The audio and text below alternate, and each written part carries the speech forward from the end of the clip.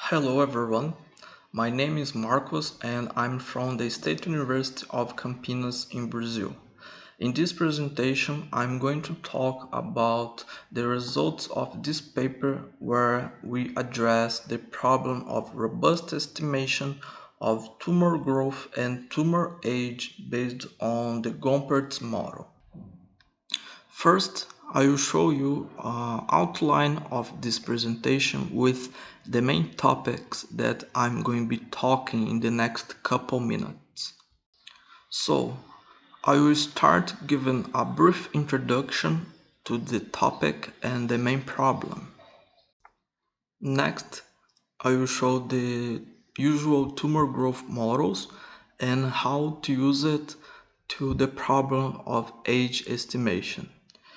And after that, I will also show how the framework of the mixed effect can be employed in this context.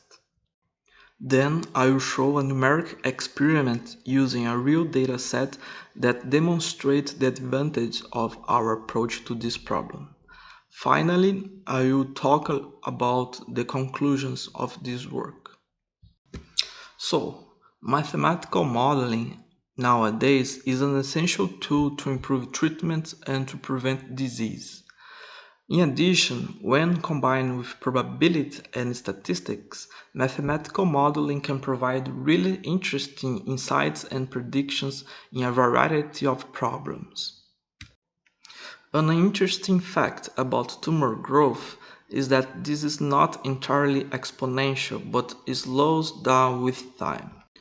This behavior comes as a consequence of limited quantity of nutrients in a biological system. And the well-known Gompertz model captures quite well this characteristic. Therefore, in this work, we adopt the Gompertz model as the main model to our tumor growth modeling. Here we show the Gompertz model in equation 1 and also show a typical Gompertz curve that illustrates how the tumor growth behaves with time. Notice that in the beginning the tumor growth is similar to an exponential one, but as times progress, the tumor growth rate decreases. After the model was chosen, the next step is to estimate its parameters. For this case, we have a vector of two parameters, that is, k and beta. K is the capacity of tumor growth and beta is the tumor growth rate. And the usual way to estimate these parameters is by using a maximum likelihood estimator that consists of solving the optimization problem indicated in 3. However, this type of estimator just works well if we have available a large number of measurements. In this work, we are also interested in estimating the time of initiation of the tumor, or tumor age. Because of that, we introduce a slightly modification in the Gompertz model, such as the time of initiation now becomes part of our vector of parameters. It is important to stress that with the usual Gompertz model, we need to know the absolute time of each measurement. But with this modification, we now can use just the intervals between measurements. This allows us to use this approach even to real scenarios like a clinic trial. But as I mentioned before, when we use a maximum likelihood estimator, we need to have available a large number of measurements. And in biological systems, this is really hard. In general, we will have available just a few measurements. However, we can cope with this problem by using a population approach instead. The main idea here is that first we build a general model that considers a population of similar individuals. After that, for each individual in this population, we implement a second step using a Bayesian estimator that corrects the estimates for each individual. In this way, even if an individual has just a few measurements available, because now we have a population with similar characteristics, we can use the information from the population as a prior to the individual. Then that few measurements of this particular individual can be used just to update or correct this prior. As a result, now we can provide good estimates for individuals even with few measurements. And the way we implement this approach is by using a mixed effect model.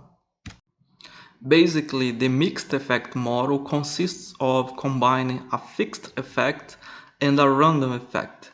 The fixed effect reflects the population information, and for each individual inside this population, we also consider a random effect that acts like a disturb on the individual parameters.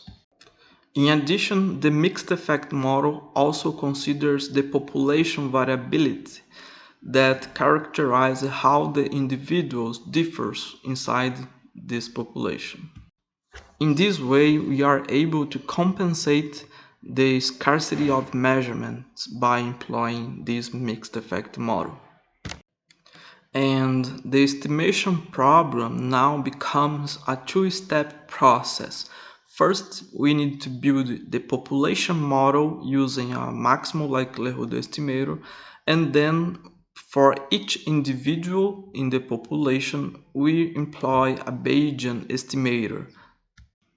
So in the Bayesian step, we combine the information from the population with the information available in the measurements specific for this individual. And in particular, for this work, we adopt a Normal-Laplace distribution as prior, as indicated in equation 9. This means that with this distribution, we can consider a broad range of values for each parameter. As consequence, this fat-tail distribution as prior brings better robustness for our estimator. And more importantly, when we consider the maximum a posteriori estimator using this normal-Laplace distribution, we arrive in this cost function indicated in 10. Notice that this cost function is non-differentiable because the Laplace part. And this non-differentiability brings a nice feature to our estimator. Now there is an inaction region in our estimator. This inaction region is illustrated in this figure by this yellow shadow. Notice that when the weighted residuals are sufficiently small and inside this region, the optimal solution to our problem becomes exactly zero. In this situation, we have that the best estimate to the individual is just the population estimate. To validate our approach, we borrow from the literature an open dataset consisting of tumor growth measurements of human breast carcinoma cells implanted in a population of mice. This dataset has a total of 581 measurements, but for each individual there are just a few measurements available. So the main goal here is to apply the mixed effect model using a Normal-Laplace distribution and provide estimates of both tumor growth and tumor time of initiation for each individual in this population.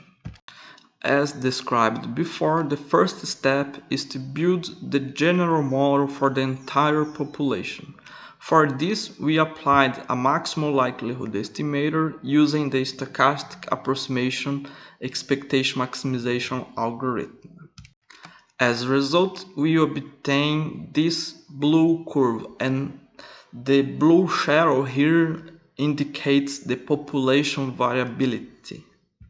Notice that the available measurements here indicated by these black dots lies inside the blue shadow. This is indication that our population model is consistent with the available data. After the population model was obtained, the next step was to apply the Bayesian estimator for each individual. In this way, we obtain a specific model for each individual, and using this specific model, we then evaluate the tumor time of initiation. We repeat this process using both our proposed estimator and also the usual least square approach. In this figure, we show a comparison of the age error estimation for both types of estimator. Notice here that our approach, here indicated by the blue line, has less error compared with the usual least square approach. And by adjusting the tuning parameters of our proposed estimator, we were able to achieve about 40% of performance improvement in terms of root mean square error compared to the classical least square. To illustrate the results for the individuals, we selected 4 individuals in this population and plotted the Gompertz curve for each one. Here the yellow curve corresponds to the prior from the population. The blue curve is obtained using our proposed estimator, and the red curve is obtained using the usual least square estimator. Notice from the figure here that the curve obtained using our proposed estimator is closer to the prior curve. This comes as a consequence of the adoption of a Normal-Laplace distribution.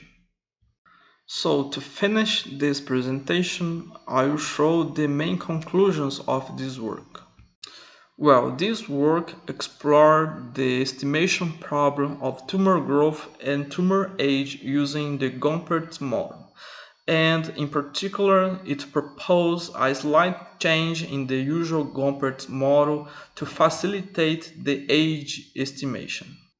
Furthermore, we also proposed the adoption of a Normal-Laplace distribution as prior, combining with the mixed effect framework to cope with measurement scarcity and eventually model mismatches.